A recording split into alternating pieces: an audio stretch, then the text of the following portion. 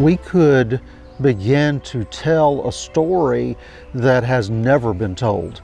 And I can't imagine, a greater opportunity that could come to really tell a story of the Trail of Tears in more clear detail than what we could do by starting at the beginning. And this is a chance to do that. This is a chance to right old wrongs by opening the door to a phase of history that not only have people not previously looked at, but that they have not been willing to look at. And we're not talking about, just the history of Andrew Jackson or people like that here. We're talking about the history of people who have been so marginalized that we've forgotten they even existed.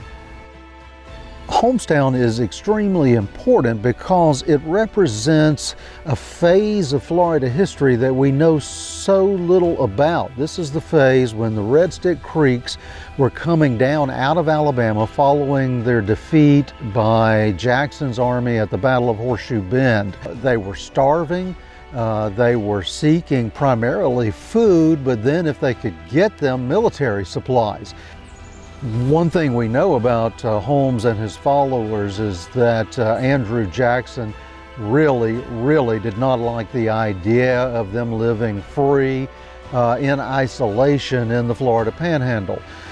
They really don't seem to have been bothering anyone after they got down into Northwest Florida, but Jackson, after capturing Pensacola in the late fall of 1814, ordered Major Uriah Blue of the 39th Regiment U.S. Infantry to take a large force into Northwest Florida. There were a number of noteworthy individuals in this force under Major Blue, among them the frontiersman Davy Crockett.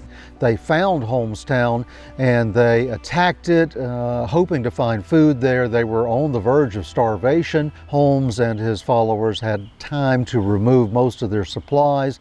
The end result was that Major Blue and most of his followers nearly starved to death. Yeah, Crockett talked a lot about this, in his autobiography that he wrote sometime later. He talked about how, the soldiers almost starved to death, and he talked about the decapitations of some of the Red Sticks who they were able to get their hands on, things like that. But there are some other accounts of what happened during this raid down into the Florida Panhandle. They do mention the capture and killing in some of the brief fighting that took place of some Maroon fighters. And that is especially interesting because it shows that these Red Sticks also had fighting with them as part of their fighting force, Maroons or escaped slaves, who were seeking freedom along with the Red Sticks in Northwest Florida at that time. And that shows that these were very multicultural fighting forces.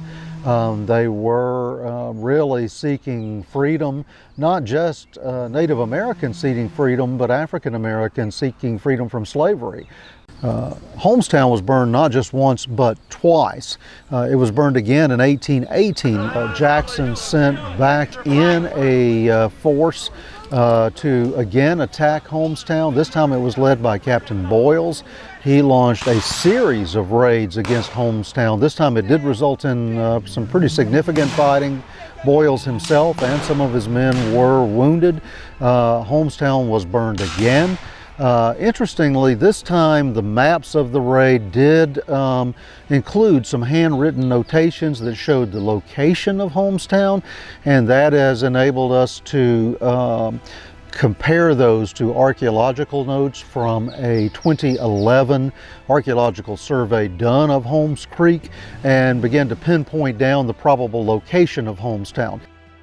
This was the first part of the Trail of Tears. This was the first part of driving, the Native American people from their homes in Alabama and Georgia down into Florida. They didn't come here willingly. They were driven here.